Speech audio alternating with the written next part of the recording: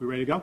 All right, first of all, thank you everyone for being here today. We're here today to announce a development in a homicide investigation that occurred July 11th, on December 8th, 2013. We have here today, okay, all right, let's redo that, guys, sorry about that. So on December 28, 2013, we had a homicide of Javier Martinez, and we're here today to talk about a development in that case. Before I pass it on to the lead detective, now sergeant of the investigation, I just want to recognize the Martinez family who's here standing with us. We are happy to provide them today with a measure of closure in this investigation. This was a case that really rocked this city, obviously this family and this police department, because Javier was a young man, with a promising future, and was an absolute victim of unnecessary gun violence. So here to talk to you a little bit more about this investigation is the lead detective, now Sergeant Bert Etienne. Thank you, Chief. As the Chief said, good morning.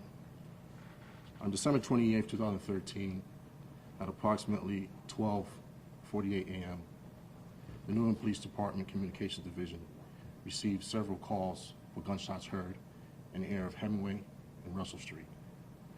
Patrol officers responded and found one male victim identified as Javier Martinez, 18 years old, from 42 Norwood Drive, this city. Javier did not survive his injuries.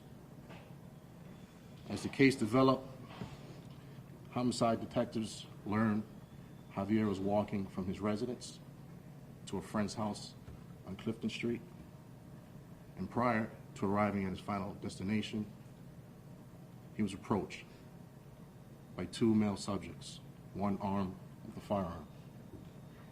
The armed male tried to rob Javier. A struggle ensued. After the struggle, Javier attempted to run, and at that point, he was fatally shot.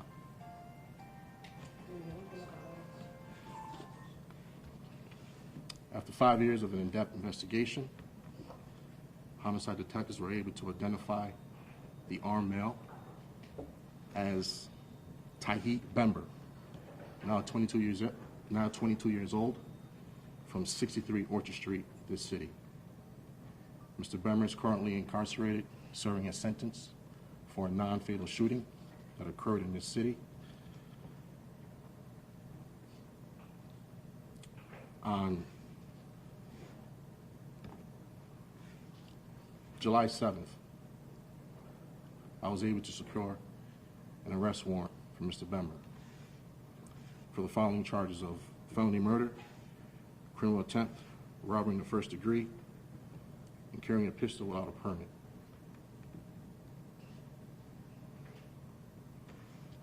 As the Chief said, this is still an active investigation with at least one more pending arrest. So I would ask that all questions are kept to a minimum, just to maintain the integrity of the investigation. I'd like to give a special thanks to all uniformed police officers, intel detectives, homicide detectives, Department of Corrections, the State's Attorney's Office, specifically State's Attorney Jack Doyle and Inspector Sage, and the Federal Bureau of Identifications. Thank you.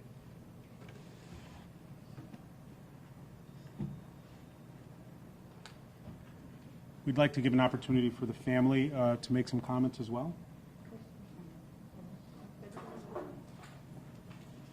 Ms. Martinez? I'm reading something short that my daughter told me to read. For her, she couldn't be here.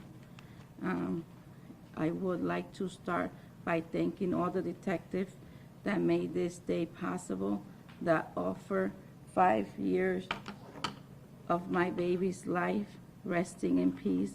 When this person took my son's life, he was also taking mine. I hope that he pays for all the pain he caused my family. I hope he rots in hell. That would be justice for Javi. That was his mother. I'm going to read the one I wrote. I want to thank the police and detective for their great job finding the person that did this horrible thing to my grandson.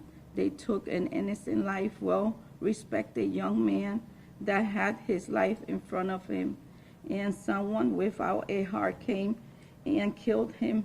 It's not a day that I goes by that I don't think about him. Love, Javi.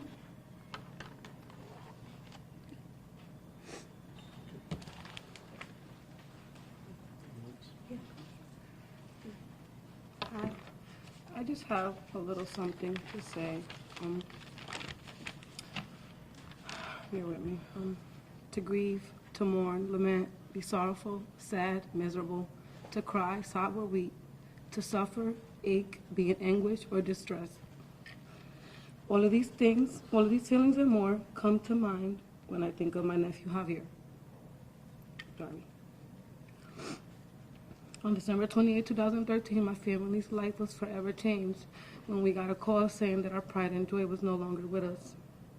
A high school senior from Common Ground with high honors and a smile that will melt your heart. Javi was an amazing soul that was a friend to everyone he crossed paths with. The oldest of 6 boys, Javi was a role model to his younger siblings and cousins alike. He was all about family. He showed everyone unconditional love, and those hugs that he gave were the best. Javi's life was not an easy one, and that was what fueled him to do better, be better for himself, his siblings, and family. Javi loved his environment in New Haven, which is why he planted so many trees with the Urban Resource Initiative all across New Haven to make his city better and a more warming place for us to live in. I have no doubt that he would have made a difference for the youth in New Haven in the coming years. The senseless murder of Javi put a hole in our hearts that will never be healed. Sleepless nights, countless whys, and so many unanswered questions is all we have left, besides the obvious memories that we will forever cherish. Today's supposed to be a good day, because the person that did this to our baby will finally be behind bars. And I refuse to make this day about that person. Today is about Javi and the precious life that was taken away too soon by a senseless act of violence. I just want to leave you guys with a little snippet of an essay that my nephew wrote a short time before he was taken away from us. My drug-plagued environment makes me wish for a better world for my 5 younger brothers and for the many other struggling families in my community. Then there will be a place where you don't have to sell drugs or work 3 jobs to just be comfortable. Teenagers wouldn't carry guns just to feel safe, and sirens become more of a memory than a reality. Then people will feel safe raising their kids in the better streets of New Haven. I want to work with people to help them from New Haven's violent and corrupt environment. Kids will stop devoting themselves to the streets at ages as young as 12 and won't be ripped away from their parents by a bullet or a badge. Instead, parents will be visiting different colleges with their kids that they never got a chance to attend themselves. I want to see parents hugging their children rather than talking to them on a phone that beeps every few seconds. A dream deferred is a dream denied, and you, Javi, were a dreamer. We will always love you. Thank you.